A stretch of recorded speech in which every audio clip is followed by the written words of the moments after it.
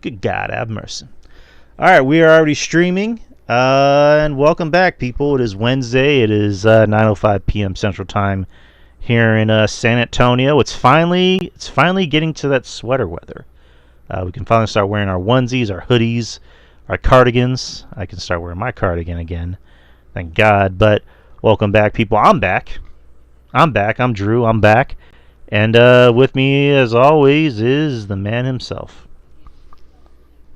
Justin from Spinebuster Tees and SpinebusterTees.com.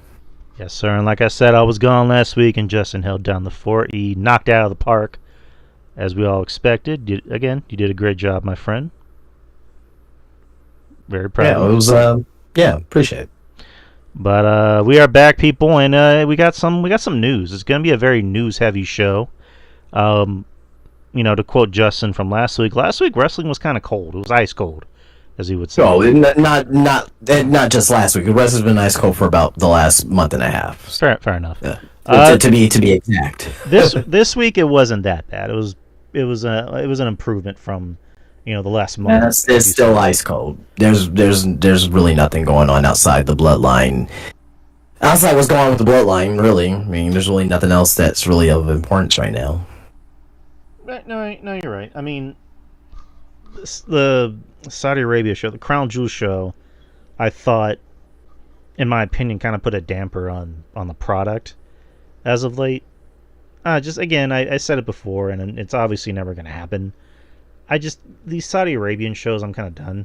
I'm way past done. Like, they're not going away because, they pay WWE, like, what, $10 million? Or I'm probably overstretching it.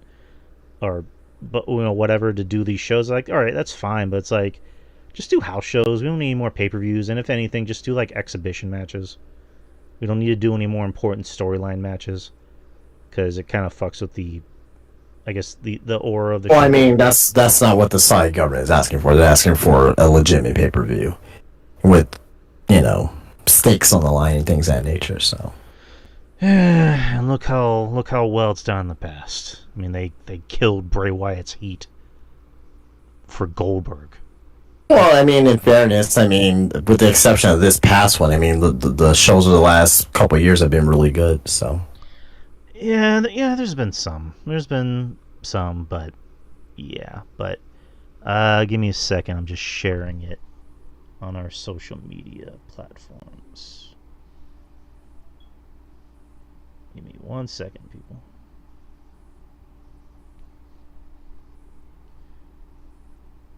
All right, so we're good to go.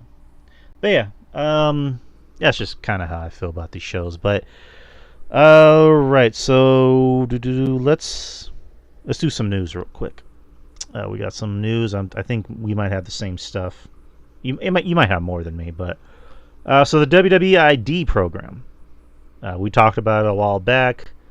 It seems like it could be a good thing, not just for the company, obviously, but I don't know. I see some goodness coming out of this, but I know a lot of people are kind of poo-pooing over it.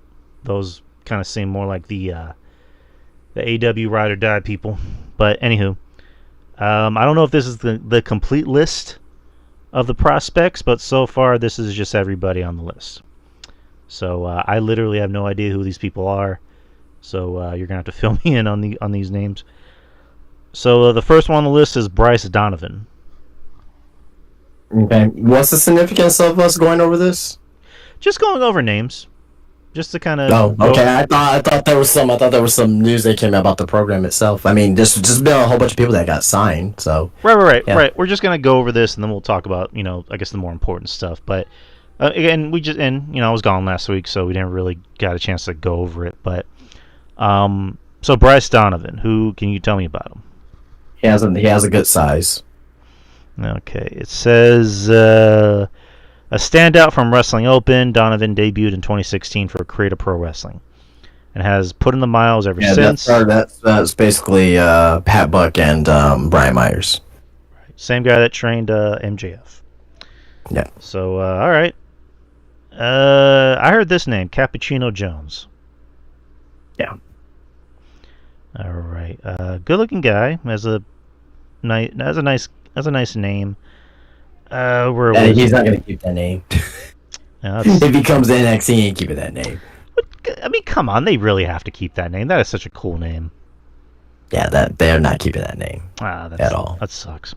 I like it, but I'm just saying that's not a WWE name. Like, oh, your WrestleMania main event, Cappuccino Jones versus Braun. I mean, why the fuck not? Come on, that's cool. Well, I mean, WWE, you know that they trademark everything, and you know they want to create their own identities for the most part.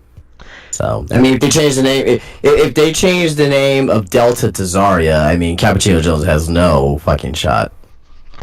Yeah. I mean, that's Delta. I mean, come on, like Delta doesn't really have a ring to it. Like, you know, coming to the ring, Delta.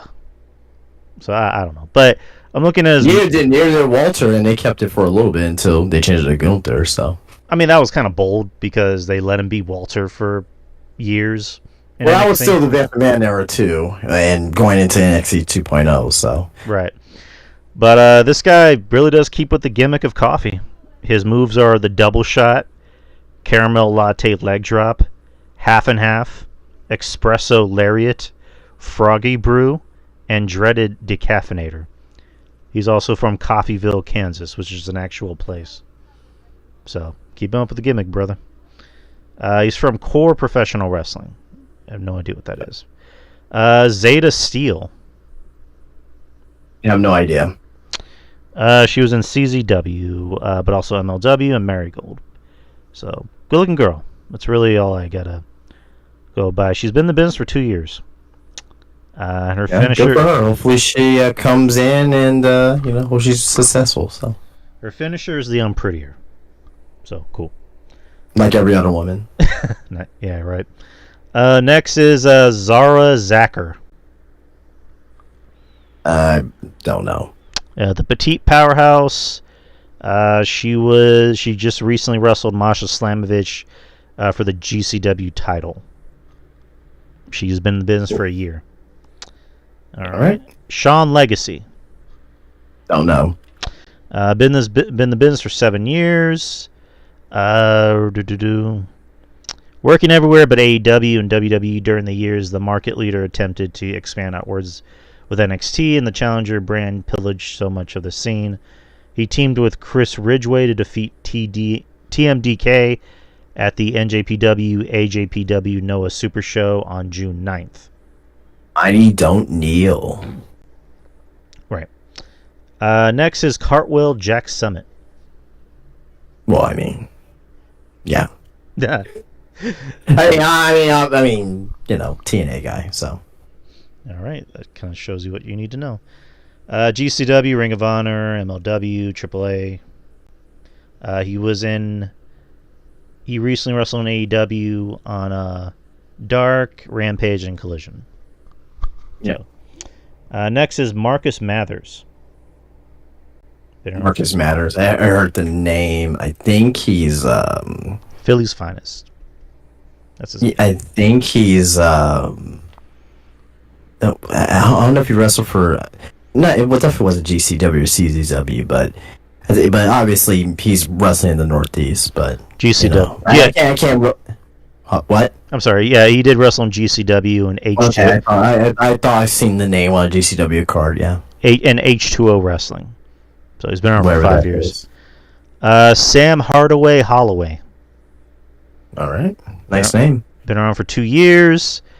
Wrestled for International Wrestling Cartel in Pennsylvania and Absolute Intense Wrestling in Ohio. So, this dude, I don't know how old this dude is. He looks kind of, again, not being ageist, but he kind of looks like he's up there in age. Or maybe just has like young old face. Next, it's Gal. That's literally his name. It's Gal. Okay. Obviously, it's not a gal; it's a guy. But his gimmick is the real life action figure. Been around for 4 years. Leaning on the toyetic side of wrestling, has never hurt a performer's earnings when it goes well. And with his mint condition and real life action figure monikers, Gal, or it's Gal as will now go by, has at least gone got the frame and the Imagine fame to make himself and the market leader a lot of money. So I have no other information as to where he's been before. Okay. So if anyone can tell me about this gal fella, that'll be much appreciated. All right, Ice Williams. Yeah, he was the one that was on Reality of Wrestling. So, yeah, I believe he was. I believe Booker T was in the ring with them, giving him his ID contract. So, The coldest wrestler on the planet. His finisher is the Icebreaker Frostbite. So, interesting look. Next is Aaron Rourke. I believe he is another Creator Pro guy, and he's LGBTQ from what I understand. So, Yep, his tagline, or his catchphrase, or tagline or whatever, is evil gay. Been around for 6 years. The figure eight lock is his finisher. Apparently he was on AEW where he got brutalized by the Blackpool Combat Club. Yeah, that was about it. So cool. Brad Baylor. oh, that's the pretty boy. Yeah, he's Yeah, I've seen pictures of him. Like, guy's a pretty boy.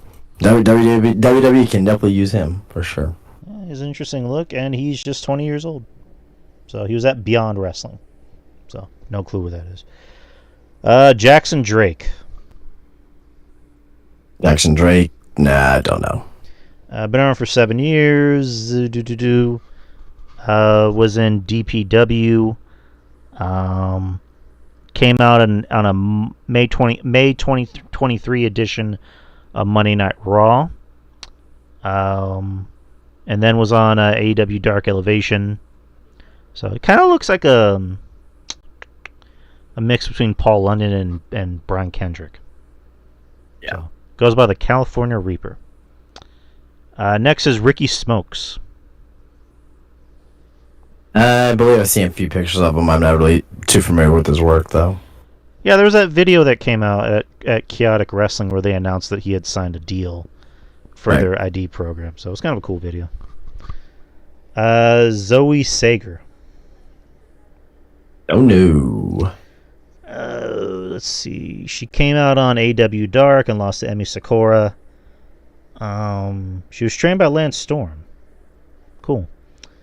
And I think she did some stuff for TNA. So the first Canadian talent to receive a WWE ID contract. So, cute girl. And that's about it. That's for now. So, out of everybody on this list, who do you see that has any potential? I think all of them have great potential. Okay. Bryce Donovan. Bryce Donovan, Cappuccino Jones, I think has potential. Though more than likely, like you said, change his name. Good-looking guy. You know, from what I heard, he's very charismatic. I mean, if you're gonna have the name Cappuccino Jones, you better be charismatic. So, Yeah. But we'll see. We'll see what these young men and women can do. Pretty sure they will all do well in some fashion. All right. So, what do I have? All right, Monday Night Raw. Monday Night Raw. It was. I thought we were going over news. No. I'm talking about the Monday Night Raw news. About a debut on Netflix. Gotcha. And for whatever reason, it's not loading. Okay, here we go. So it was announced when and where Monday Night Raw will debut on Netflix. WWE took to Twitter to announce that Raw on Netflix premiere will be held at the Intuit Dome in Los Angeles, California, where the Los Angeles Lakers and the Clippers play. The event will take place on January the 6th, 2025. Where the you said the Lakers, right? Right, because it's not called the Staples Center anymore, right? No, it's a brand new arena, so that's the Clippers arena. And there's still the Staples, I still call it Staples Center. Staples Center, but it's the Crypto.com arena. So Lakers have their own arena and the Clippers have their own arena now. Oh, okay. About time, actually. Where was I at? Oh yeah, it'll take place on January 6, 2025. Rapper Travis Scott will be there live. They showed that video of Triple H showing up to a Travis Scott concert, giving him a WWE Hardcore Championship belt, a new-looking Hardcore Championship belt. So I don't know if that means something. Additionally, John Cena, Roman Reigns, Bianca Belair, and Cody Rhodes are confirmed from the show. And I believe Netflix also showed a render of WWE Raw that it will be TV-14. And then the first episode will be 3 hours. It hasn't been confirmed if it's going to be 3 hours from then on out, which I'm assuming it will. They haven't mentioned anything about SmackDown being 3 hours. But, and then Travis Scott, he's going to do the new theme song for Raw, which can't wait for people to bitch about that.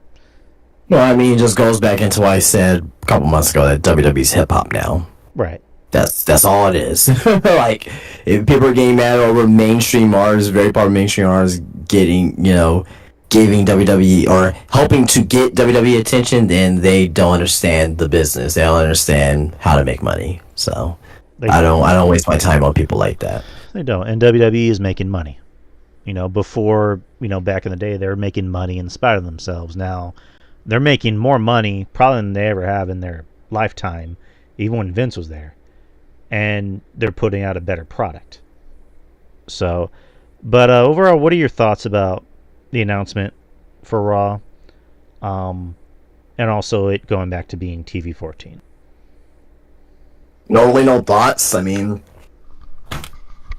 Really no thoughts. TV-14, yeah, it's going to be great. I don't want people to think that there's going to be blood every week and there's going to be fuck, shit, pisses, and damns and all that stuff. So just temper your expectations, but it could be a little bit more edgy. Cool. 3 hours, maybe it's going to be for the first show. Then, as the debut, maybe they go back to 2 hours, or maybe they do 2.5. I don't know. Remember, there's no ads as well. Right. So I really think that the sweet spot would probably be, 2.5 hours, maybe even 2 hours for the show, no ads. So, but I have no complaints about it. I'm fine with it too. And you brought up something not a lot of people are thinking about, which is it's going to be on Netflix. And depending on what kind of package you have, because Netflix does do the ads thing, kind of like Peacock, where Peacock has, their ad portion, and you can get like the premium without the ads. Personally,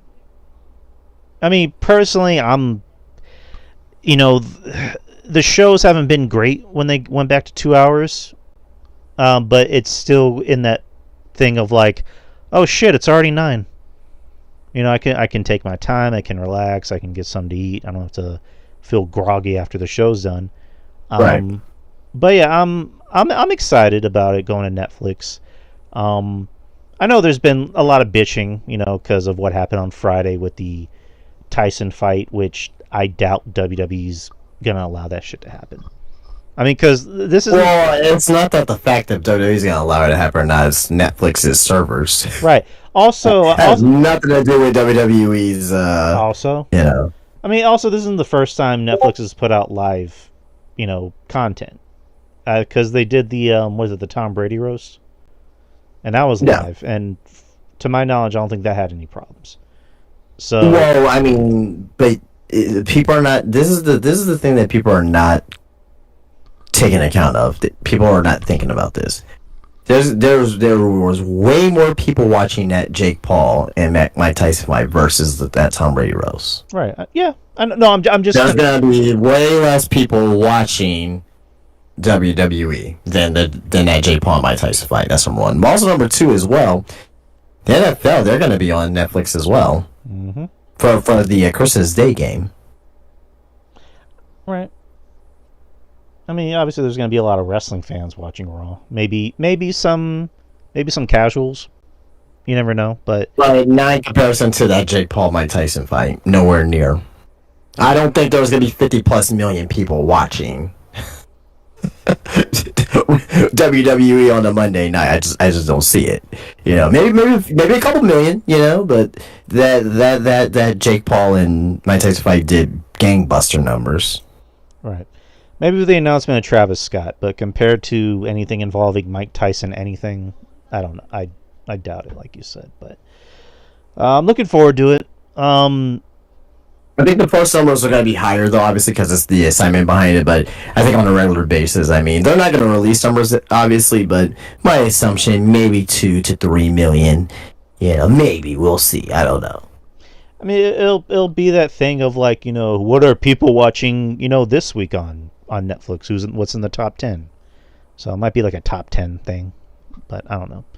I'm not familiar with Netflix's, you know, statistics or how they do ratings or whatever, but and it just this is kind of a small thing. Like, what do you think about Triple H giving him a hardcore championship? Do you think that means anything?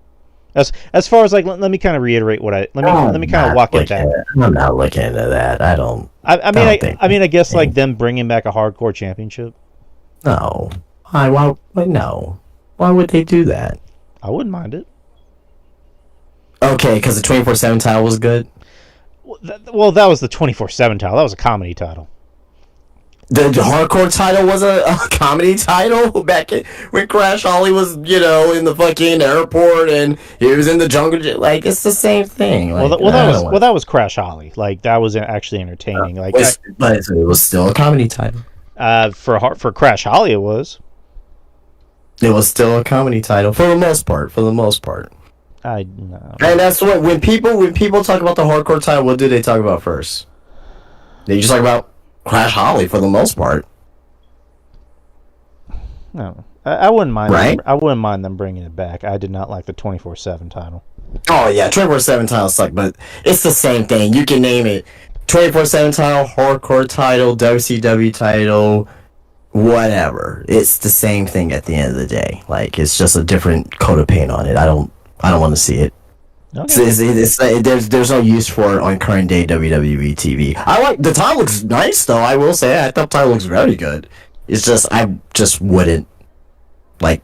Yeah, tinfoil hats, take them off.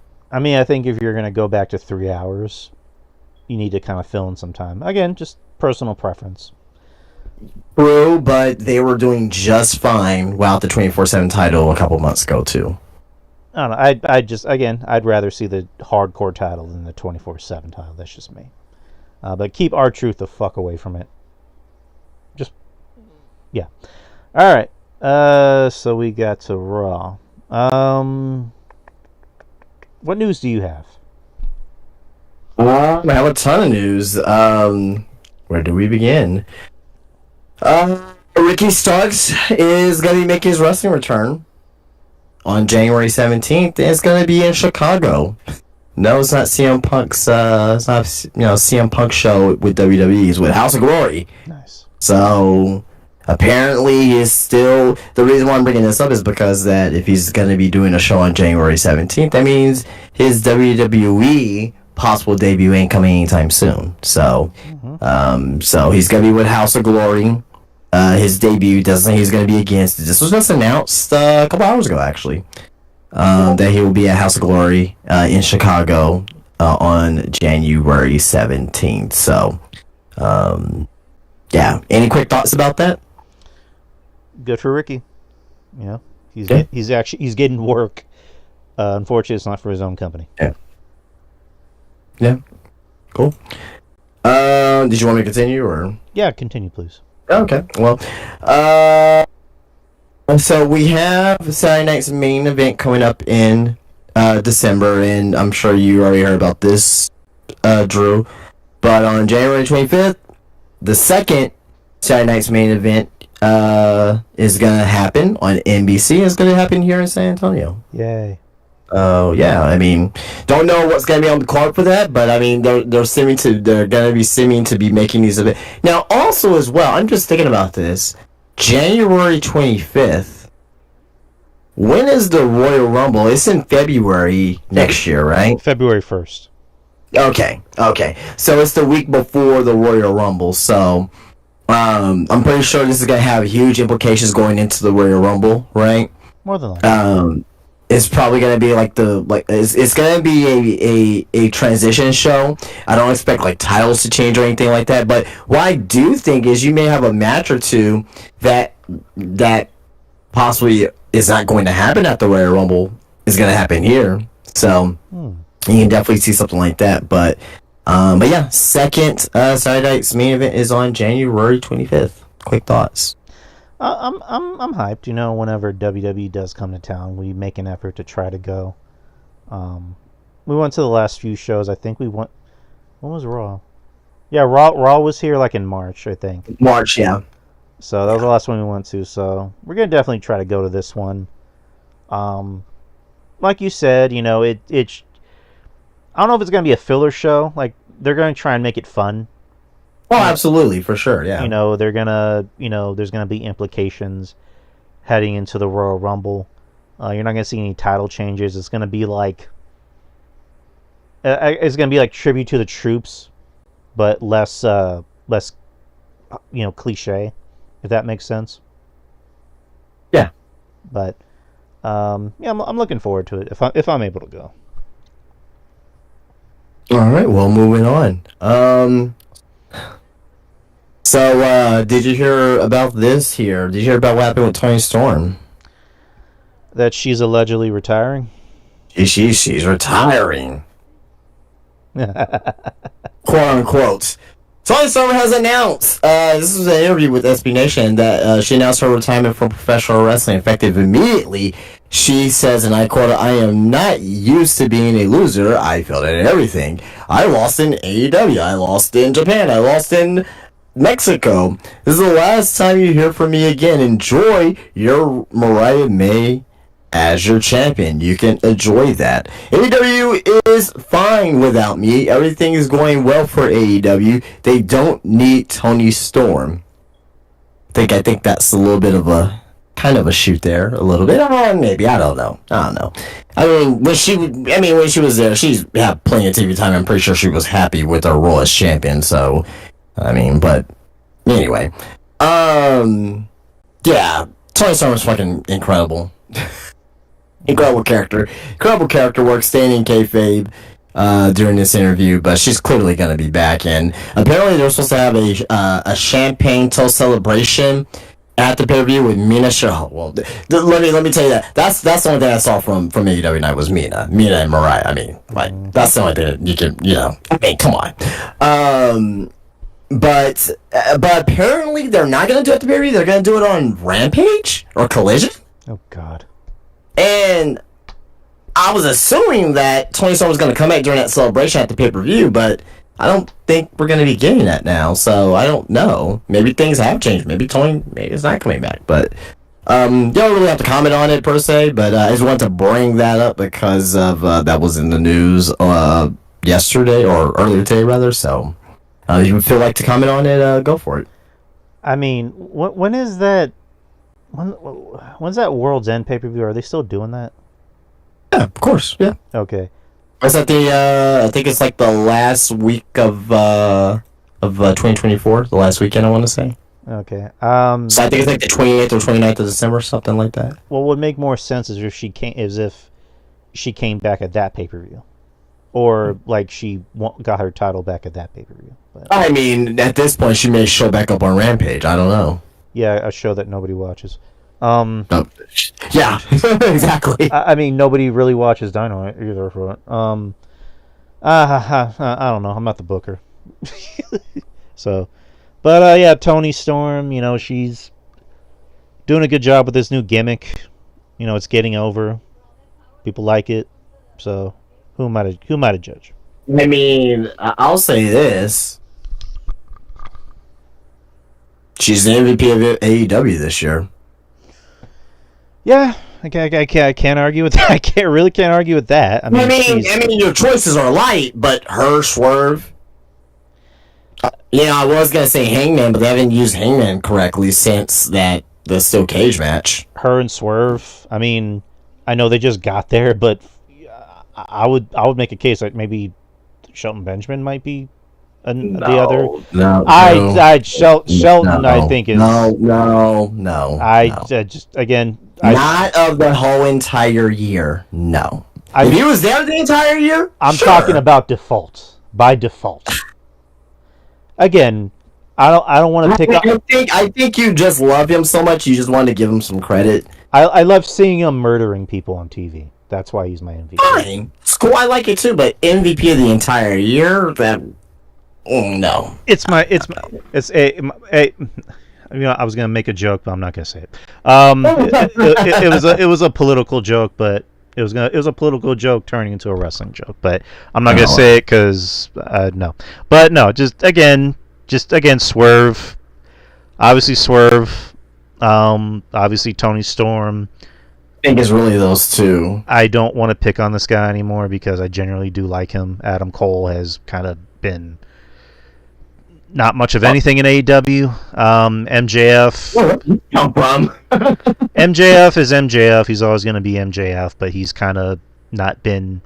Granted, he's been filming a movie, so I'll give him. I'll cut him some slack. I mean, they all been gone. Like, so I mean, Tony Storm's been gone too as well. But I mean, like, I'm not gonna say like, oh, Young Bucks, obviously fucking no, right? Or Private Party, no. Like, I think Tony Storm had an incredible reign, incredible interviews. Swerve, despite the beginning of his tirade got stronger towards the end. Bryan Danielson is up in the conversation, but he hasn't been around in the last couple months, so I don't think I would consider him as the full MVP for the year. I think Tony Storm should definitely be back before the end of the year, and she'll get herself back into the title picture. So let me ask you something, because I don't think I've heard you talk about it. What do you think about this whole thing with Moxley, about his weird, art house independent film monologues that he likes to cut before matches? I mean, I'll put it to you this way: I like the direction that they're going as far as the feel of it, but it doesn't make any sense on what's going on and what he's saying. Thank you. Like, we can kind of figure out what's going to happen. Even a guy like me who doesn't really watch the show, I can kind of figure out where it's going or where it's leading to. Like I understand what he's saying, but like there's no It's taking a really long time to get to the point. Well, I mean that's or the that's TK's fault there. Yeah, that's TK's fault. So I just I don't know. Like, even if this leads to Shane coming in, it's like, then what? Well, I said it last week. I mean, even if Shane comes in, doesn't at this point, who fucking cares? Like, then what? That's always the question I ask with anything. It's like, okay, then what? I don't fucking know. You know what I mean? This so. Obviously, they've been hurting with ticket sales. They've been moving into smaller buildings, right? Yeah. They had to cancel their one of their Collision episodes. Heard about that, yeah. And then they moved it to a Comic-Con. Oh God! I mean, I've been saying for a while they need to stop booking big arenas. Like, the Wembley thing, they're always going to have that in their back pocket, and that's not. It's something nobody can ever take away from them. They. There was the whole story about, like, we sold 81, but it's really 71. It's like, it's 71,000. Like, be happy about it. And then this year it dropped down to like 50 something or 40 something. Yeah. But as far still a lot of people, I mean, it's still a lot of people for an AEW show, but for their TV Brady show, right? Yeah. But for AEW, like, you would expect that from like WWE to like sell out that arena. You know what I mean? But for AEW, good for them. Right. But for their TV shows, they really do need to book smaller venues. I mean, because NXT... It doesn't matter, bro. Like, it doesn't matter. They're on a huge decline right now. Right, like NXT, like, they got too big for their britches. Like, oh, the brand's going to help. It's like, maybe you should book smaller venues. Like, for that St. Louis show where they tried to book an arena, but they weren't selling enough, so they went to a smaller venue. And it looked better on TV. It looked really, really good on TV, yeah. Yeah, for AEW, like, this is one of many, many, many things that's wrong with the company. It's one of those things, like, it would maybe be a step in the right direction, but it's going to take a while. I'm sorry to interrupt, but you know why they said that they can't book small arenas, or they had issues with booking small arenas? Why? Oh God. This is not a joke. No, I'm not. I'm not ribbing. I'm not trying to be funny. I'm not. I swear to God. You can look this up. You can find interviews. I swear to God, this is the reason why. And I believe this came from Meltzer, maybe. I think Meltzer, and obviously Meltzer is, protecting AEW and Tony Khan, obviously, right? But I believe it came from Meltzer. If I'm wrong, I'm wrong, and I apologize. But I believe the reason why they're not booking small arenas and that they're gonna start to is because of the light trust. All right. Like, fucking God. The what? The what? Wait. Like, hold on. Let me finish. It's because of the light, the lighting, like the lighting rig. They don't have a smaller lighting rig to put inside of a smaller arena. That I swear to fucking God. A guy that has $1 billion that can't afford a smaller lighting. I swear to God that's the reason why they're not booking small arenas right now. I swear to God. Look it up. Look it up. I am not kidding at all. Because of the lighting rig. I believe you. If it came from Meltzer, I'm going to believe it. Because he just... Oh, my God. You can afford Guns N' Roses... you can afford a famous Guns N' Roses song to promote a pay-per-view. Dude, I will say this. That is the best piece of work that AEW has done this year. That was an incredible hype package. Now, if it has to take Guns N' Roses and November Rain to explain what's going on, that's a bad fucking job. But the production of it, incredible. Yeah. I loved it. 100%. Just imagine if they did this in 2021 with, like, Revolution, CM Punk, versus MJF in a dog collar match. I mean, it wouldn't fit November and November Rain, but still, like, God, man, that would have been really good. If they could do that with a very, very, very, very, very, very, very shitty creative right now, with that, imagine what would happen at the height of AEW with something like that. I will say, again, that's the best piece of production that they've done in 2024. Great job to the whoever put that together. Great job.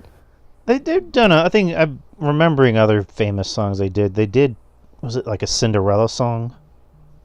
But not in that fashion. No. I know. What you not the way that was shot, and. But I'm just thinking of other songs. Like, it kind of felt like an old WWF hype package. When Desire, WWF Desire.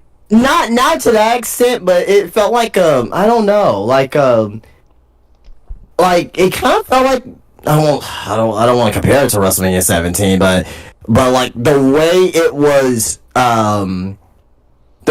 was shot, and with the voiceovers in the background, like I will beat you, John Moxley, and the music, and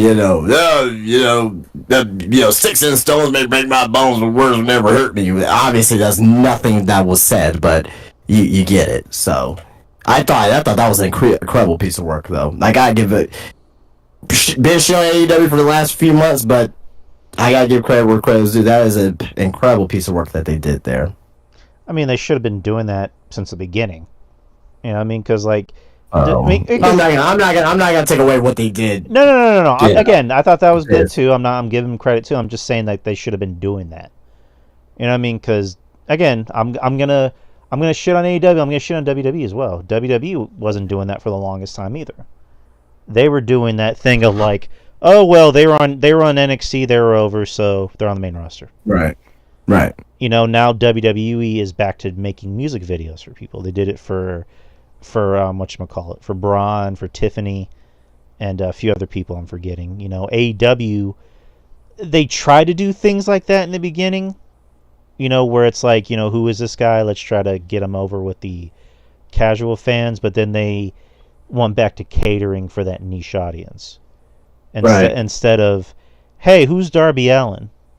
Who's, John Moxley? Who's Orange Cassidy? Who's Tony Storm?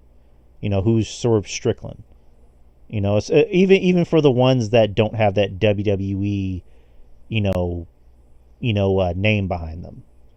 For the ones that aren't as well known. So wrestling really does benefit from having music videos, from Right. having these music video packages, because to go back to the WWE Desire videos, those are cool because absolutely. because they had one for fucking Jeff Hardy out of nowhere, where it was that Our Lady Peace song, it's not enough, it's not enough. Like, I thought that was fucking cool. It's like fuck yeah, I love Jeff Hardy, I love this music video, I want Jeff Hardy to be my champion forever and ever and ever. Right. You know what I mean? And they did one for that Creed song. Remember that Creed song? Everyone remembers that song. My sacrifice. Yeah. When you were with me. So, but yeah, just in closing, wrestling in general, it's good to have music videos, because I think ECW did the same thing too. Well, they got away with that shit in '95. They were just going with Nirvana, Rob Zombie, just everybody, man. Offspring, like, yeah. Yeah, in general, I do love these wrestling music videos, but Well, I just saw this on Twitter, and everyone is jumping off the AEW bandwagon. It looks like so. what happened? Well, I just put it in the chat. So, but as you're doing that, I'm going to bring up the next news story here, so we can move this along. I see this. So just to kind of be quick, and then we'll move on to the next topic. JD from New York, who for the longest time was the biggest AEW guy. He still kind of is, but now he's been critical. No. He has not been on AEW bandwagon for months. He's been very critical. That's kind of the point, is that now that he's critical and calling out the bullshit, that yeah. But anywho, he put on his Twitter, the worst AEW Dynamite Go Home show for a pay-per-view in the history of the company, and the creative is getting worse week by week. Fuck your November to remember. It's a November I want to forget. Live. Jesus Christ, man. Hey, I mean, people don't like the truth, and the AEW fans and the Tony Khan does not like the truth. So they do not. But continue, please. Anyway, so staying on AEW. Oh God. Because this is why I had next on my list here, and after this, we'll be transitioning kind of AEW into WWE. But Kenny Omega, he is going to be making his return to New Japan instead of AEW, and he had an interview with Sean Ross Sapp last week, and these are the three reasons why he is going to be going back to New Japan first. Number one, he says he owes a debt to New Japan for allowing him to become the star that he is. Number two, he doesn't want to take a TV spot from someone in AEW. And number three, he doesn't think AEW needs him right now. And yeah, he also said that AEW is doing pretty much incredible, right? I mean, he has to say, obviously, right? Yeah. He's one of the founders of AEW, so I'm not gonna get him about that. Like, it says, I think he says the shows have been clicking on all cylinders, quote unquote, like close enough. So, what are your thoughts about this? I don't know. One, I wish I had a soundboard so I can play that. Why the fuck you lying? Why you always lying? Number two, the AEW does kind of need Kenny Omega back because, A, he's one of the founders, and B, he is the only one left that I won't say. I don't think he can save the company, but he's the only one left that can make AEW feel like AEW. Yeah. When you think AEW, like 2019, 2020, 2020, well, I think about Kenny Omega. He's one of the first guys I think about, like 1000%. And I kind of find it funny that his first match back isn't with AEW. And yeah, you said what you said, that he thinks he owes a debt to New Japan, but I still find it funny. Where it's like, I'd rather have my first match back. Technically, it's a joint show between AEW and New Japan because it's going to be Wrestle Dynasty. But it's in Tokyo. It's in the Tokyo Dome, so it's basically a New Japan show. You know. Yeah, I mean it's It's like more of a New Japan show, like kind of like how Forbidden Door is more of an AEW show than a New Japan show. Like this show in Japan is gonna be more of a New Japan show than an AEW show. So. yeah, I mean it'd be like if like your current girlfriend was like, "Hey, can you pick me up from work?" Yeah, but I gotta pick up Ashley from work. Isn't Ashley your ex-girlfriend? Yes. That's what this feels like. But This is what I think. I think that he just doesn't want to go back to AEW right now. I think he's seeing what's going on TV, and he's like, "Fuck this! I ain't going back over there right now." let me ask you something. Do you think Kenny Omega really wants to be in AEW right now? No, yeah, Oh, I don't think he wants to do that. your connection kind of was a little Oh, haywire. okay. Didn't know that. My bad. Your I think that I don't think that he doesn't want to be there right now, and I think he said that pretty much you guys, this shit sucks right now, so I don't want to be there. your camera froze, bud. Can everyone hear me in the chat? I think we can hear you. It's Did just y'all hear me just fine? your camera froze. Like you're My stuck. camera froze. Yeah, you're stuck. Like your face is stuck. Okay. Did Kyle did I skip or anything on this side? If you no skip, okay. Well, saying I'm okay on this side. My camera's back on. All right, you're Yeah, fine. You're good. Okay. Well, anyway, yeah. So Slight glitch in the matrix. Yeah, that's about it. all right. Well, let's move on. Any closing thoughts about this? Kenny wants nothing to do with Tony. That's my closing thoughts. All right. Moving on, kind of transition out of AEW, kind of, sort of, and we're coming into WWE. This is a good little transition story here. NXT attempted to book the Hammerstein Ballroom to follow up on the 2300 arena success of that NXT show. However, the date that they wanted was too close to the dates Tony Khan and AEW had booked, and that's coming from the Wrestling Observer newsletter. So Tony Khan's going to have the Hammerstein Ballroom booked. So I don't know. I don't have the exact dates here, but I will ask you this. Would you want to see more wrestling shows back in smaller classic venues like this, like the ECW Arena and the Hammerstein Ballroom? Because AEW is going to have a show. I believe they're going to do Collision or Rampage there. Right. Or I think also Ring of Honor there in the Hammerstein Ballroom. Like, do you want to see more shows like this back in classic smaller arenas? Yes. I do. 100%. I co-sign this. I would love, not just for AEW, not just for NXT. I want to see the main roster do it. I want to see pay-per-views, PLD, WWE PLEs, in smaller venues. I think it comes off much better on television. I think it has more of an intimate kind of feeling, for the TV audience, because, WrestleMania in a big stadium, that's WrestleMania.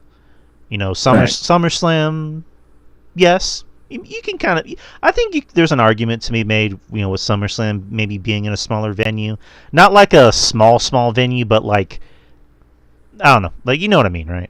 But yeah, the only thing I would challenge you on is that WWE main roster is far surpassed that, unless if a story would make sense for it to be there, like in the ECW arena, like in the Hammerstein Ballroom.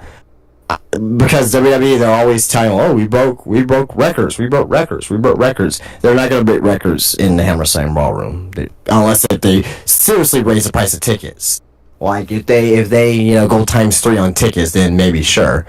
But outside of that, I mean, I would love to see NXT there. I would love to see AEW there. I would love to see TNA there too as well. I think TNA would do some good things in small arenas like that too. So I think they've been there before, TNA. That was when. Oh yeah, they have been. They have been. Yeah, yeah. That's the one where Dixie Carter got signed to the table. But yeah, I just personal preference. I'm speaking more for myself. That, I think it would be interesting. I think it'd be interesting if WWE did like a PLE or maybe like a special event, one time only thing in the Hammerstein Ballroom or in the 2300 arena. Like that'd be fun. To me, that'd be fun. Like do Extreme Rules at the 2300 arena or in the Hammerstein Ballroom. That'd be fun. That'd be really fun. Like, and since they love ECW, quote unquote, do like an ECW one night only, one night stand ish kind of thing with Extreme Rules. That'd be fun. To me, that'd be fun. Yep. Alrighty. Well, moving on. Next, we got this. What was on Netflix earlier? You know who's going to be coming back to WWE around that time? Potentially. Is it a guy that we can see or can't see? No, it's not a guy, but it is a man. Both sources within WWE and Netflix have stated that Becky Lynch is expected to be back in the mix with the company by the time Raw premieres on Netflix. That would mean that Lynch and WWE are close or have confirmed a new agreement between the two sides that is coming from PW Insider. No shock here. I mean, if anyone thought that Rebecca Quinn was going to show up in AEW, is a moron. No. She cannot sit there and watch what's going on over there in AEW and say, like, yeah, I want to be there. She can't. No, I mean the only thing I think she'll care about is like, hey, I'm making money. Hey, I can be with my daughter. Right. So be it. But I think Becky, I think she has way more love for the business than, I think she wants to be back in it. And plus, still be with Seth, still be with your husband. So I think that'll be a lot easier too for both of them. So right, like yeah, Becky's coming back, and when she comes back, she's gonna make bank. That's the talk. She's gonna make bank. You're gonna make what? Bank. Oh, I thought you were talking about Sasha. No, we're not talking about her. No. Okay. Also, I have to say this, and I know we're done talking about AEW. Ruben Prime, shout out to Ruben Prime. He sent me this video of something that happened tonight. There's a segment with Mercedes, and who the fuck was it? It's Mercedes and Chris Statlander. Where she's like trying to do the bank statement, but she keeps like slipping off of her back. And it's just like, why the fuck would they put this on their social media? This is awful. This is bad. Like, this reminded me of when my cat was trying to climb on my back. And I kept trying to get him off my back because I was trying to fix his bed. I'm like, dude, get the fuck off my back. I'm trying to fix your bed. And then he ends up sleeping on the side of my bed. So I'm like, whatever. But that looked horrible. I'm sorry, I had to point that out. But going back to Becky, Becky will be back. She's pretty much already talked about coming back. She did some interview where she was, I think, promoting her book, where she said, the lasting image of Dominic Mysterio closing the steel cage on me isn't going to be the way I'm going to go out. So she's coming back, and it'd be nice to see Becky back. Because I like Becky. I will admit, her last run, I don't want to say she was phoning it in, but she didn't look like the Becky of old, to me. So it'd be nice to see her back when she's, recharged and everything. Yep. All right. Well, let's move on here. We got a lot more news stories to cover here. Back to AEW for a sec here. The main AEW talent like the Thursday Collision tapings because it is easier to stay an extra day after Wednesday shows than travel home Thursday and return Friday or Saturday. That is coming from Mr. Meltzer. Just say, Meltzer, that I don't know. I don't even know what to even think anymore with this shit. Just basically say that, hey, we don't want to do our shows live anymore because we were trying to cut out the crowd. No. We're trying to sweeten the sound a little bit because it sounds dead. That's why we're doing recorded shows. I think that's. I mean, am I wrong on that assessment? Possibly. I mean, I may be, but No, you're I don't right. know. You're right. You're right. Like I think at this point they could maybe benefit from doing pre-recorded shows, so they can cut out a lot of bad, and there's a lot of bad in there. So, yeah, just that's AEW for you. All right. Well, yeah, I just want to get that out the way. But moving on. There's a more interesting story. Former TNA president Scott D'Amore was at the WWE Performance Center on November the 8th. D'Amore was said to be just visiting and giving a tour of the facilities, and formal conversations also took place along the way. That's coming from Fightful Select and Sean Ross Sapp. What do you think? What do you think the reason for his visit was, Drew? If I had to, I'm gonna put my my tinfoil hat on. He's gonna work there. Like I think there was that thing earlier this year where I don't know if it was this year or last year where he apparently was gonna go work at AEW. I don't know what happened with that, but maybe I'm assuming Scott's a smart, educated man and saw the writing on the wall with that.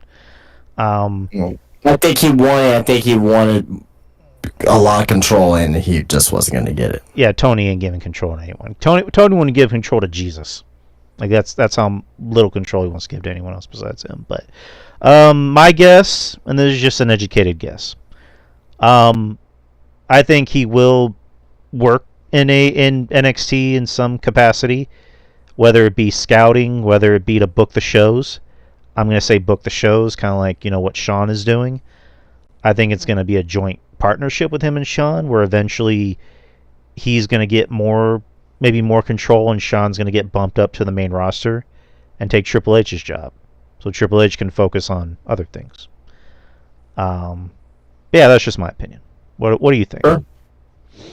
Yeah, the same, more or less. I don't know about Sean taking over Triple H's job. I don't know about that, but I think it'd be more of like a joint partnership between Sean and Triple H. As far as like booking the show, because maybe it'll be like a thing of maybe Triple H, or maybe Sean books Raw and Triple H books SmackDown, or something like that. I was gonna say that like Triple H takes over Raw, Sean does SmackDown, so Triple H doesn't have to like do so many things at once, because there was that little. Well, I think Triple H will be at both shows, right? Still.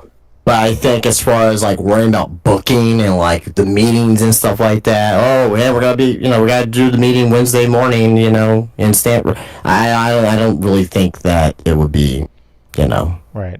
Something that he'll, give himself maybe an extra day or two off. So. Right. I mean, he still had that heart thing, and we love Triple H. We want him around, so we don't want too much stress on him. That's the best way to put it. All right. Moving on. I don't want to say we. I would say I like Danhausen. I don't know how Drew feels about Danhausen on November 20th of 2024, but Danhausen's AEW contract runs into the summer of 2025, and there's no creative plans in order right now for him. Also, as well, sources claim AEW and Danhausen have not been in regular contact for over 6 months now, aside from indie date approvals. Danhausen was set to return from injury about a year ago, but expressed frustration to Tony Khan when plans for his return changed. There were pitches to bring Danhausen back earlier this year, but nothing materialized. Though he remained he remained willing to return to AEW. AEW was of the belief that Danhausen wanted to prioritize indie bookings over wrestling on Collision on Saturdays. On the other side of things, it was said that he indicated to AEW that there were family-related reasons that caused adjustments to his availability. AEW has seen him doing indies before that period, and believed that he didn't want to work on Collision. Also, as well, Bryan Danielson was a big proponent of Danhausen and pushed for some creative ideas for him within AEW earlier this year. Fightful Select has learned, and that was from Fightful Select. All right, that was a mouthful. Danhausen. His contract apparently summer 2025 is going to be up. AEW's not using him right now. He was injured and he's been, they're not using him. If you have to, take a guess on the reason why, why do you think AEW is using Danhausen right now? Whether not, I'm going to put my tinfoil hat on again for this topic.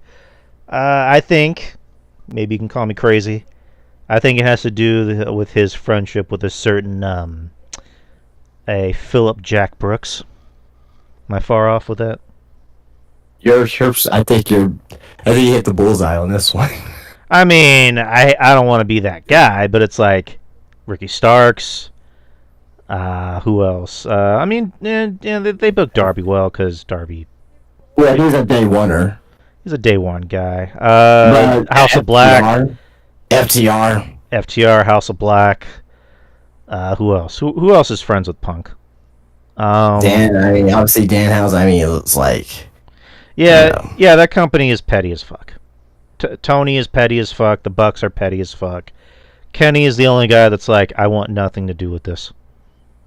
Just pay me my money, please. I don't see Danhausen in WWE personally. No, I think if he were to come here, they would take away his gimmick or call him something different. And no, he's definitely an indie guy, 100%. I will say, actually, I think it's one of the rare times. I don't think it'd be wise for WWE to change the gimmick of Danhausen and change. You wanna know why? He's a fucking merch slayer, right? And he will sell a ton of fucking merchandise in WWE. Right. He'll make WWE a lot of fucking money in merch alone. He's one of the top merch sellers still for AEW, and he's not even there. Right. Which is, I don't know. Maybe for the new WWE regime, maybe he'll. Again, I don't see him being in WWE. I don't see that getting. No, I don't either. But like, if he were to come in, I don't see him coming. But if he were to come in, like, I think I would keep him the way that he is right now. I mean, the curse and all that stuff. You could probably do that at the beginning. You may need to change up a little bit, right? But outside of that, I mean, like, I think he'll sell a shit ton of fucking merchandise. His figures will go like gangbusters. And he's a smart guy too. Danhausen is a very fucking smart guy. He's a smart businessman. Yeah, he's obviously saved his money. I was gonna say Cardona, but Cardona was already in WWE before he got to the Indies, and he got over. But for someone like Danhausen, who's pretty much made his name in the Indies before he got to AEW, and it helped that he got an AEW, paycheck. He was already making bank. So, but I don't know. He's friends with Punk. Maybe Punk is like, hey, maybe you should come here. But I don't see it happening personally. All right. Well, moving on here. Speaking of, I won't say indie. Oh yeah. Speaking of indies, yeah. That's a great transition. Josh Alexander at a Northern Crowns event in Toronto just announced he won't be doing independent dates anymore. Besides, maybe some special things here and there if it's possible.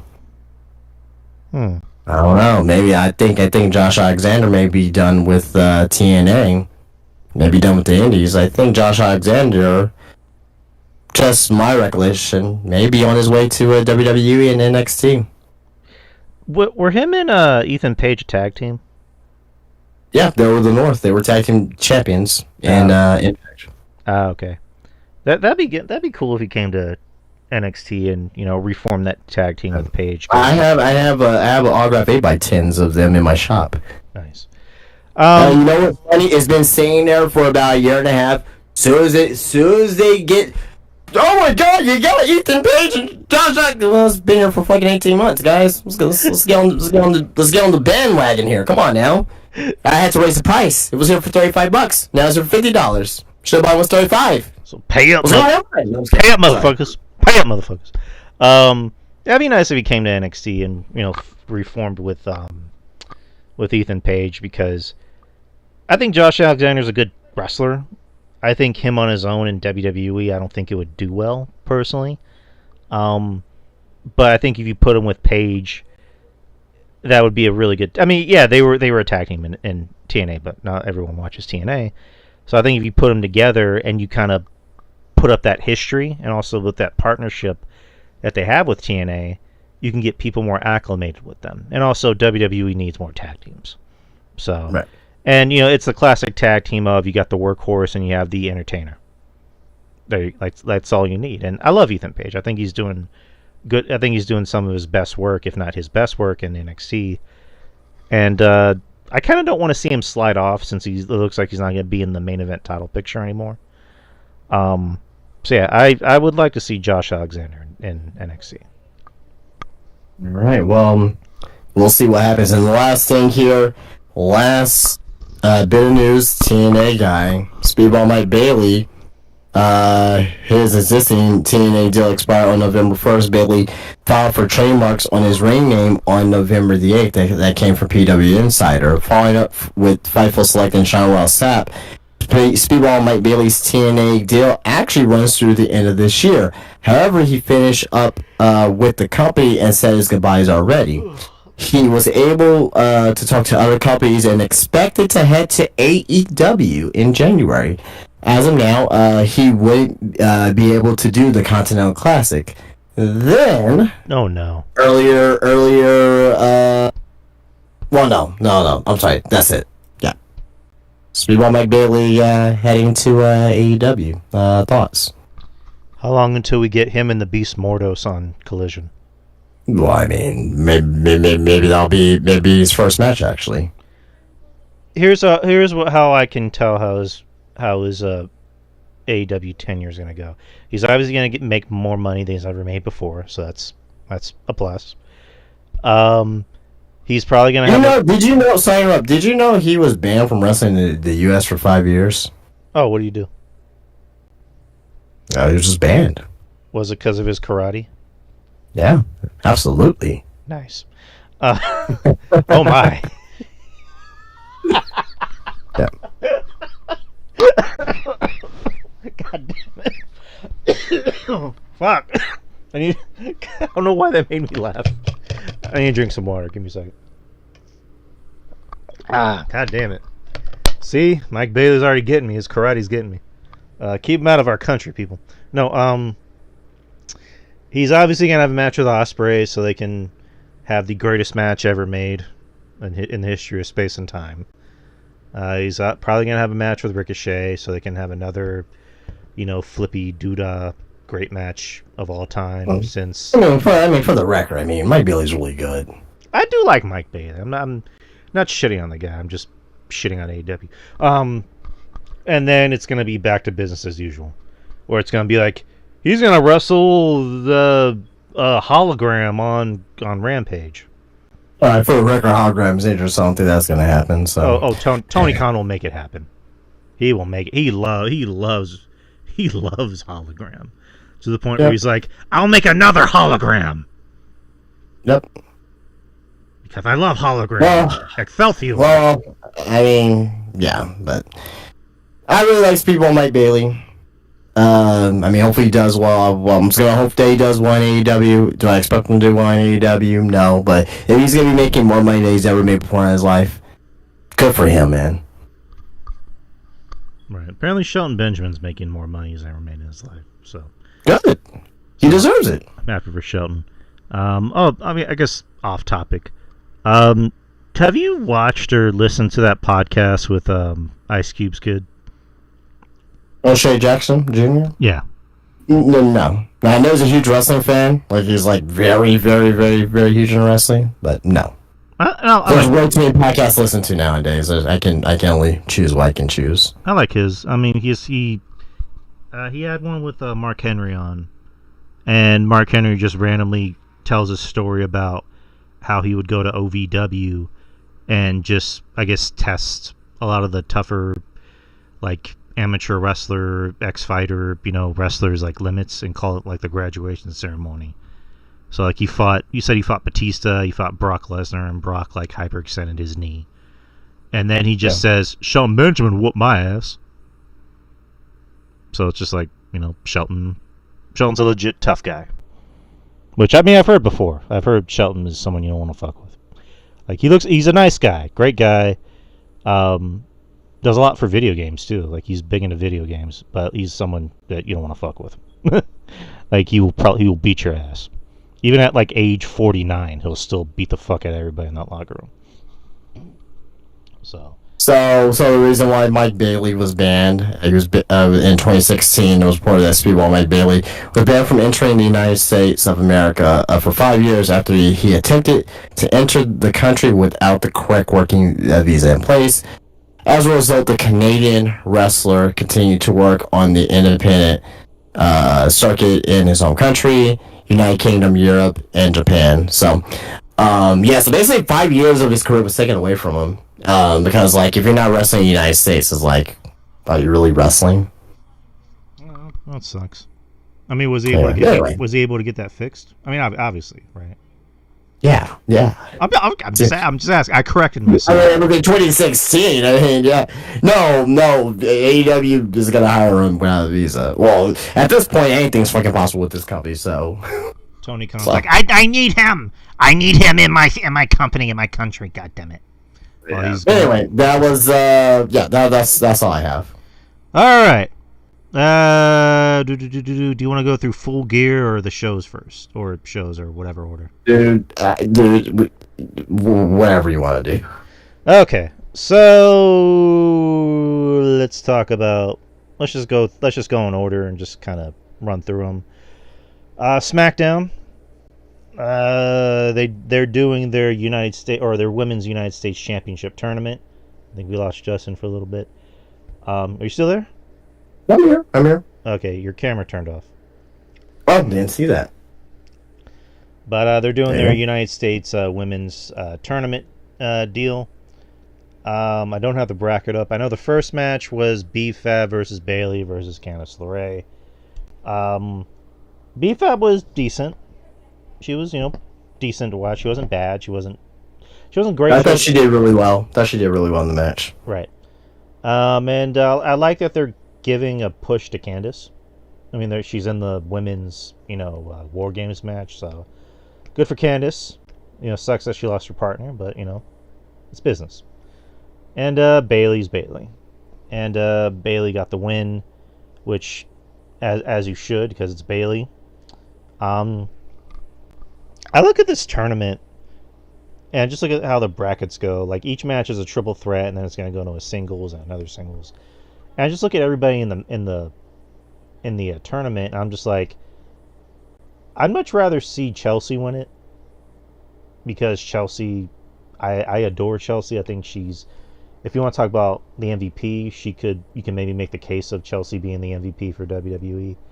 I think she's been amazing. She makes anything work. For WWE, just for the women's division, or for everybody? If you're talking about women's, you can make a case. Yeah. She's entertaining. As far as entertaining goes. I wouldn't put her number one, but I think she's a candidate for sure. I don't know. I love her. I think she needs. Yeah, she's great. She's fantastic. She's entertaining and she can work. People forget how good she actually is. I mean, she went to NXT and had that match with Roxanne, and she was fucking great over there. She worked against Julia in her first match on NXT, and she did a great job there. So it's just like she needs recognition. So I kind of hope she wins this tournament. Michin, I think, is doing a great job too. She's kind of reminding everybody, hey, I can still wrestle. I can have good matches. So I'm kind of hoping that the final ends up being Michin and Chelsea. That seems like something I'd rather see. I don't want to see Bayley with the title. As much as I love Bayley, I'd rather see this go to somebody that needs it more. So yeah, that's just me. But what are your overall thoughts on the United States Women's Championship tournament? It's a tournament, and I just want to see who's going to win it. Who would you rather see win? None of the women in the tournament. I don't know. Oh I God. don't know. I don't have a good answer. All right. The rest of the show was, not bad. You had LA Knight with a open challenge. Legado del Fantasma came out and it ended up being LA Knight versus Humberto Carrillo, which they had a pretty good match. Yep. Carrillo's very good. I think he's very underrated. So yeah. And then a lot of the show was mainly about Sammy trying to find extra or the fifth team member for the Bloodline, which we kind of already figured who it's going to be, but we probably won't find out until next Monday, or maybe this Friday. Who knows? You had the Motor City Machine Guns versus the Street Profits, which didn't really happen because Ciampa came out and leveled everybody. And then after the match, you had the Street Profits knock down Motor City Machine Guns. So you have more heel turns, which is interesting. Oh yeah, Cody Rhodes. And Gargano. Yeah, Gargano looks a little looks confused, but do you think Gargano's gonna be a heel, or maybe Ciampa's gonna turn his back on him? No, I think they're both gonna be. I think they're gonna be a heel tag team. Well, I'm fine with that. Gargano, when he was in the way and he was like the sniveling, annoying heel, I thought that was when he was most entertaining. So, and I forgot to open the show. It was Cody Rhodes coming out and demanding Kevin Owens come out for what happened the week prior, where Kevin Owens injured or tried to end Randy Orton's career by doing the pile driver. Nick Aldis came out and said that he told Kevin Owens to not show up, and then Cody pretty much kind of challenges manhood, like, what would you do? Do I have to show up at Kevin Owens' house and beat his ass? And pretty much Cody and Nick Aldis requested that Kevin Owens be at SmackDown this Friday. So yeah, there's that. What are your overall thoughts about this whole feud with Kevin Owens? Or not really, I guess not so much the feud itself, but I was watching this TikTok video about Cody Rhodes, like his title run so far, where it's been more about having good matches, and I get why, but there hasn't really been a feud that made you thought Cody's gonna lose. This is probably the first. And also, he did the Bloodline thing where he wasn't really even the main part of that feud. And this is probably the first feud in Cody Rhodes' title run where it feels like it has a story to it. Where it feels like Cody's, title run, or maybe even his career is in danger. But overall, what are your overall thoughts about it? I think the feud is a very good shot in the arm that the Cody Rhodes title reign needs right now. I think Kevin Owens is doing a masterful job right now. I think Cody's doing a great job as well. Has shown a little bit of edge in this feud. Right, KO for the longest time was kind of getting a little stale when he was a face. Now that he's a heel, and he actually has a reason to be a heel. Because most heels, they'll just get mad one time and be a heel. This time they kind of progressively took their time with him being a heel, because you can tell he was mad that Cody joined up with Roman, but anytime he had a chance to express how he felt, he kept getting interrupted. And then they finally had him turn heel by beating up Cody outside of a pay-per-view in front of his bus. And then he beat up Randy because Randy took his side, and then he took out Randy again with the pile driver. So I like it's almost like a comic book where the hero has to pay for his mistakes.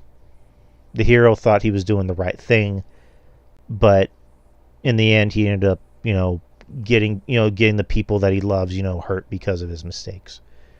And that can be Kevin Owens' thing of like, all this is on you. Randy's neck, his career, this is all on you. You have to look his family and his wife in the eyes and say, I'm sorry, this is my fault. Even Cody brought that up in the promo, like, I had to be the one that called Randy's wife and tell her what happened.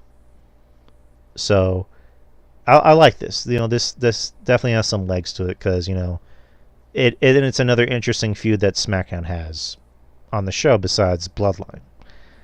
But and then yeah, more Bloodline stuff happened, you know, and then Bronson Reed revealed himself as the fifth member, which we kind of all expected. And I don't know. I personally, I did not expect that. I was kind of expecting it. No. Personally, I don't know. Personally, to me, I like Bronson Reed in the Bloodline, or the new Bloodline, because I don't know. He just kind of matches. He kind of looks like he belongs there. It's almost like putting on a new pair of shoes. It fits him. And also the idea of him and Jacob Fatu being a tag team, that'd be fun. That'd be really fucking fun. But yeah, there's that, and then the main event was Nia Jax and Naomi, which was no bueno to me. A lot of it was just setting up, you know, women's war games, and yeah, that's really about it. But overall, thoughts on SmackDown? I thought it was a very fun show. Okay. Then you have Monday Night Raw. Monday Night Raw was a pre-tape from last week. For the most part, you know, decent show. Again, more setting up for the pay-per-view. Rhea Ripley returned as the fifth member for the Faces, and she's wearing a mask, a la, you know, undashing Cody Rhodes.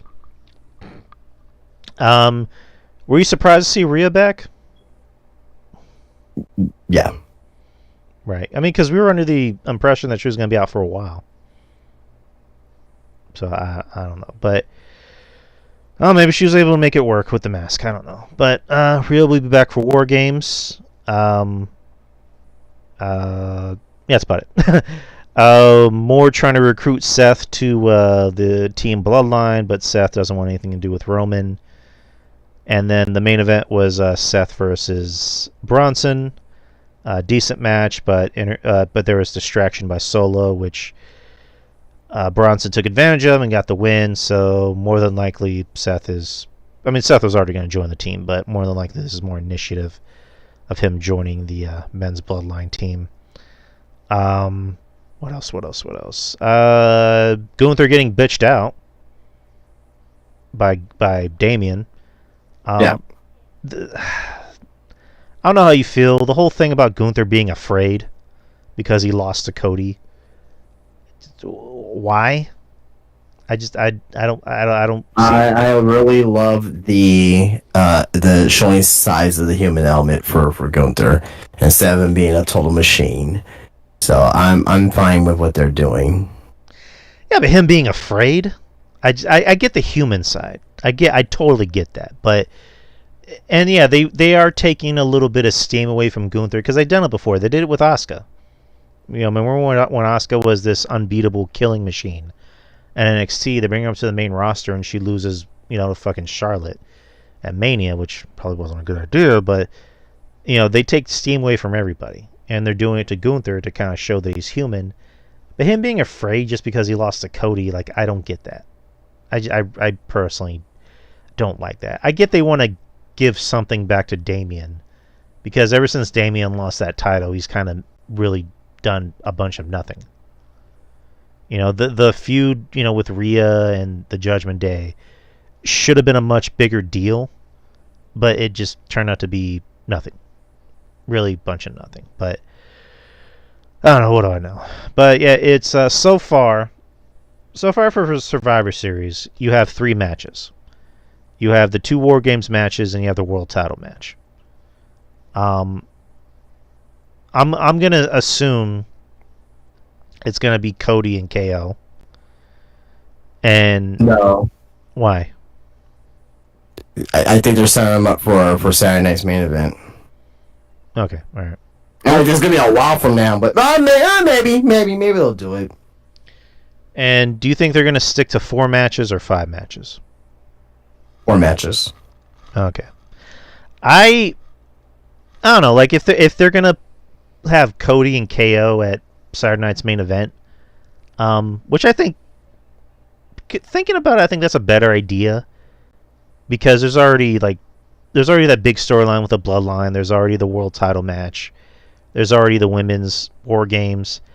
I don't think you just want to shove. You just don't want to shove them in, between those matches. So I think if you kind of give them their own show and still keep that story going, that'd be the Right. better idea.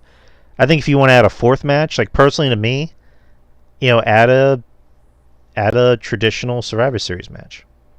Yeah. Add just give fucking Cross's group and the White Six, put them on Survivor Series. I like that, and I like. It looks like Cross is I would like for them to do a traditional Survivor Series match with them. right, and I'm kind of liking the pairing of Cross and the Miz. Like that's a tandem I never thought I would imagine would happen. But yeah, just It's been alright. It's been alright. Yeah. yeah, the Miz. The Miz has always proven that he can get any like odd pairing over. Him and Morrison, him and Alex Riley, him and Mizdow or Damian Sandow. He's done it before, and him and Cross. Like Cross looks more comfortable on the mic. I like that he's growing facial hair back. So I'm digging it. I like it. Did I miss anything else of importance on Raw? No, not at all. All right. So that was Raw. And then NXT, of course. We will talk about NXT for quite a bit. Or not quite a bit, but the Iron Survivor qualifier. We had Nathan Frazier versus Eddie Thorpe.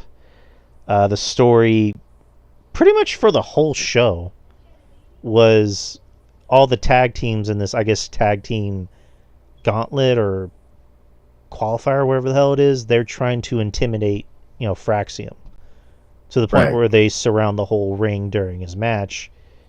And you had Nathan Frazier versus Eddie Thorpe. I was kind of thinking that Thorpe was going to get the win, since Thorpe's whole storyline is that I'm not given opportunities, I'm being ignored. Well, no, this is gonna make him go mad heel. Okay, makes sense. Frazier got the win, but they continued brawling, so cool, I guess. It actually plays multiple roles. Thorpe goes mad heel, and Frazier would be like, "Hey, I'm a singles guy now. I don't need you anymore, Axiom." That makes sense. I can see Frazier getting over as almost like this kind of cocky prick heel. No, yeah, that's what's gonna happen. Soon enough, in 2025, Nathan Frazier will be someone of importance on the NXT roster as a singles. Yes, sir. Yeah, another Iron Survivor qualifier for the women. You had Stephanie Vakor versus Jada Parker. I thought this was a really good match. I think Jada really held her own against Stephanie. She showed that she was able to hang in the ring with somebody, number 5 of the PWI Women's 250. And then you got Jada, who's only been in the business for 2 years? Year and a half, and she was able to hold her own. No botches, as far as I can remember. I was a little worried about this match. I'm like, you have 2 women who should probably be in the match, but, they're still doing the thing with Lola Vice, where Lola Vice came out and caused a distraction, and Stephanie got the win. So they're still going to continue that. Did you have any thoughts about that match? Oh, no, it was a very good match. Fairly good. Nice.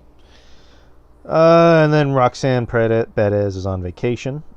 So Ruka interrupted her vacation, so that was kind of funny. Tony D'Angelo versus Brooks Jensen in a non-title match. D'Angelo got the win.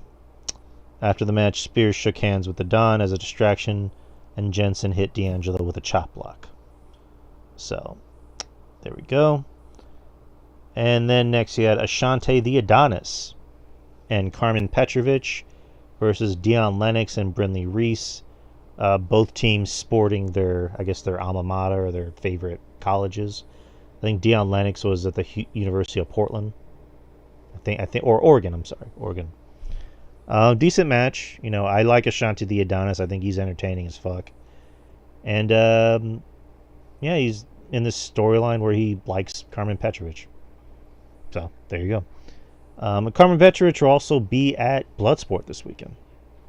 Yep. Carmen Petrovic, Miles Turner, I believe, and who else? Am I missing a name? I don't know. I saw a list earlier, and I'm blanking on it. I just know it's Carmen Petrovic, Sumi Sakai. Right. Iron Survivor Challenge: Zarya versus Ren Sinclair, our girl. Good match, really good match. I thought Ren did a good job making Zarya look like $1 million.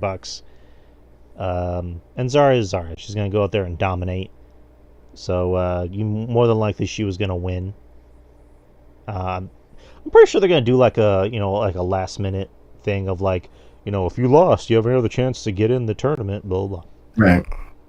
But Zarya got the win, and she continues to shine.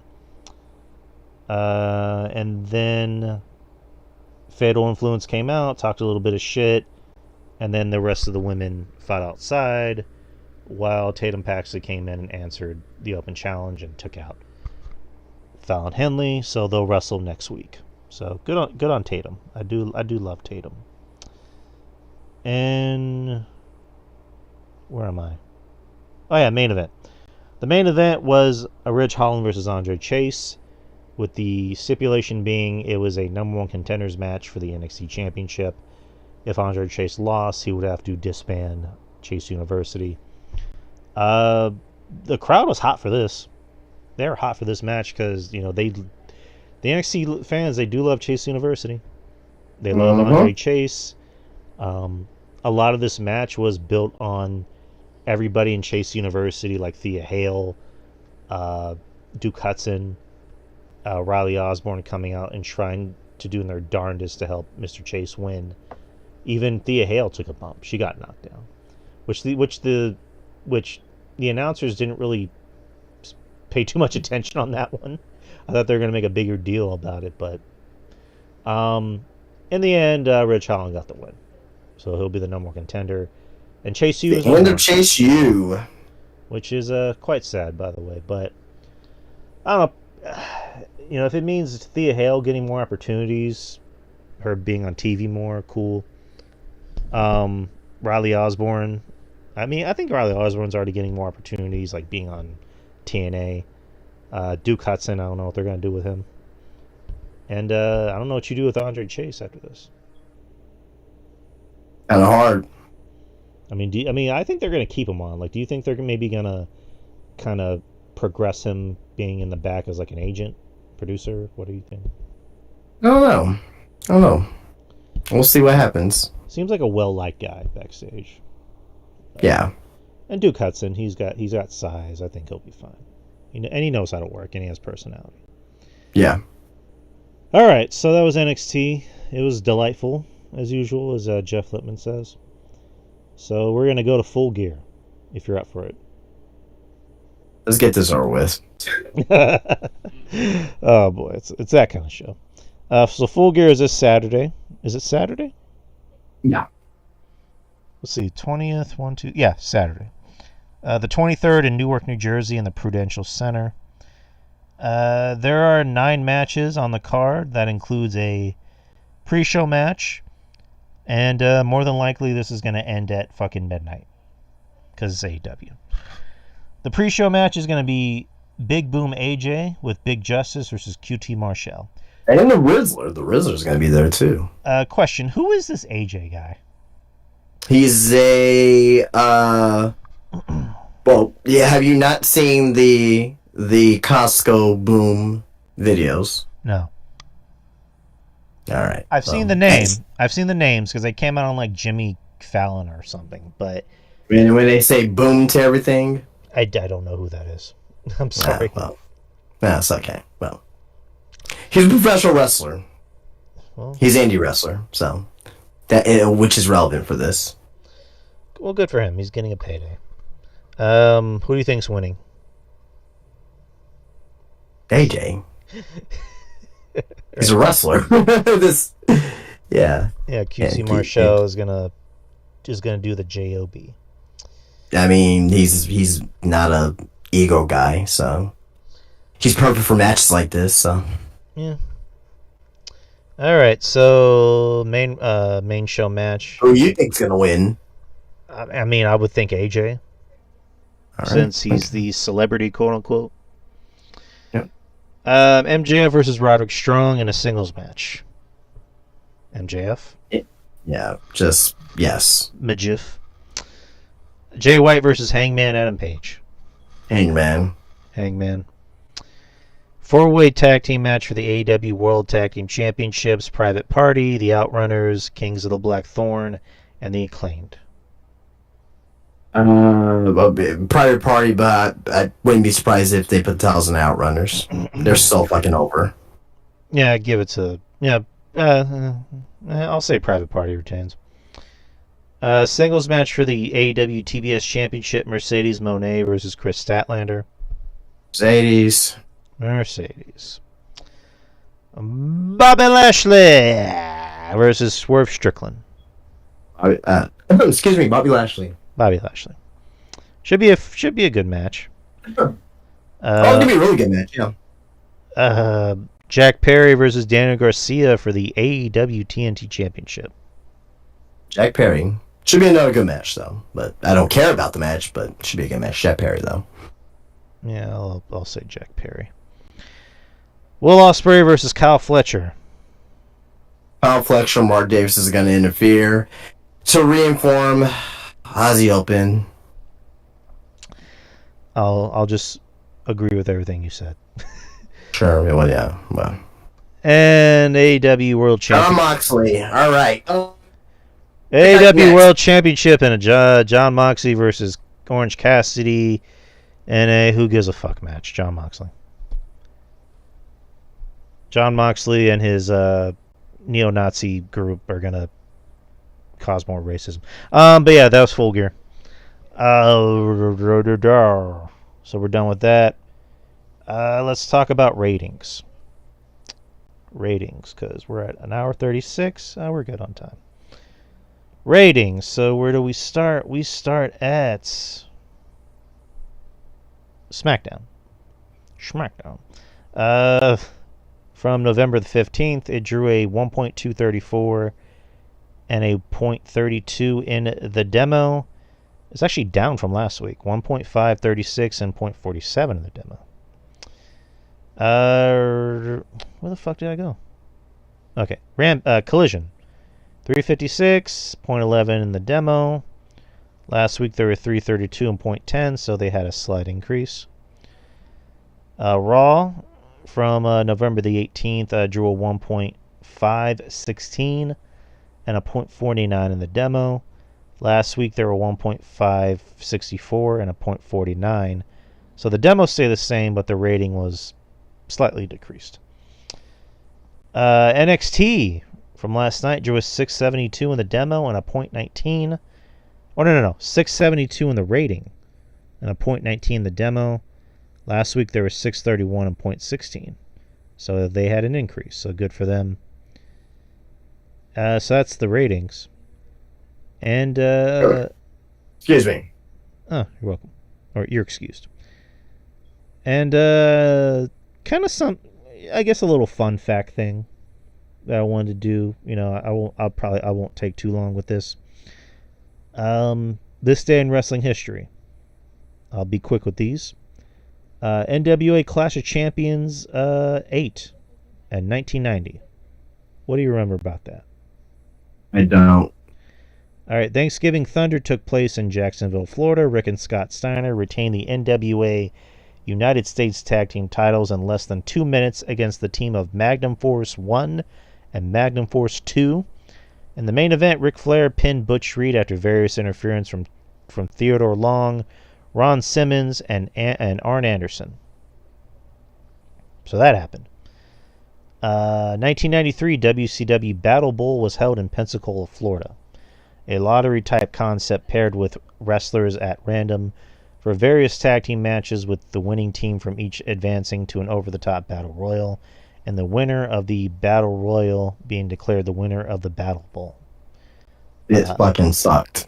Vader eliminated Sting to win the Battle Bowl at a Battle Royal. I just mumbled. I don't know what the fuck I said. Vader last eliminated Sting to win the Battle Royal. Try saying that really fast. You said it sucked. It was an awful show. 94 in Tokyo, Japan, Bull Nakano defeated Alundra Blaze to win the WWF Women's Championship. Yep, then they didn't play it on Raw the next night either. they still basically said like, oh, why does Alundra Blaze doesn't have her Women's Championship? Well, we don't know. God. They basically like no-sold it, so. In 2002, I'm going to skip a few of these because they're kind of like meh. In 2002, at NWA TNA Weekly Pay-Per-View, Jeff Jarrett defeated Ron Killings to win his first NWA World Heavyweight Championship. I'm back, baby. I'm back, baby. In 2011, Survivor Series was held in Madison Square Garden, New York. The main event saw John Cena and The Rock team up against and beat The Awesome Truth. One night only, apparently. This was the first... Yeah, never before, never again. Never again. Prior to this match, CM Punk defeated Alberto Del Rio to win the WWE Championship and hold the title for 434 days. And then 2016 in Survivor Series in Toronto, Ontario, Canada. The main event was Goldberg versus Brock Lesnar, where Goldberg beat him in 86 seconds. And then, let's see. That's about it. That's really about it. Well, I guess the only thing of interest, but... Yeah. All right, we are done, people. That's the whole show. We did an hour and 40, so, that's pretty much all we needed. But much thanks to Justin, as usual, who makes the show work the way it does. Yay, Justin. You still got it. Clap, clap, clap, clap, clap. You still got it. But yeah, shout out to all of our friends who supports the shows. Shout out to every one of you who listens to the shows. Head over to the YouTube channel and subscribe, like, and share. Get those numbers up, peeps. And then, you can find the show anywhere that podcasts are distributed, like, I don't know, iTunes.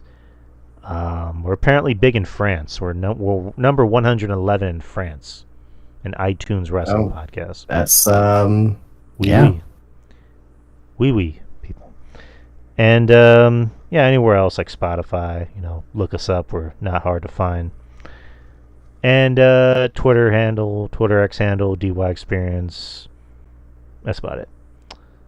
Justin, tell the people about Spinebuster Tees and what have you. SpinebusterTees.com. Go on there, get yourself a t-shirt, get it sent to you, delivered to you, in time for the holidays coming up here. So, get yourself an array of tween designs that you can get on the website.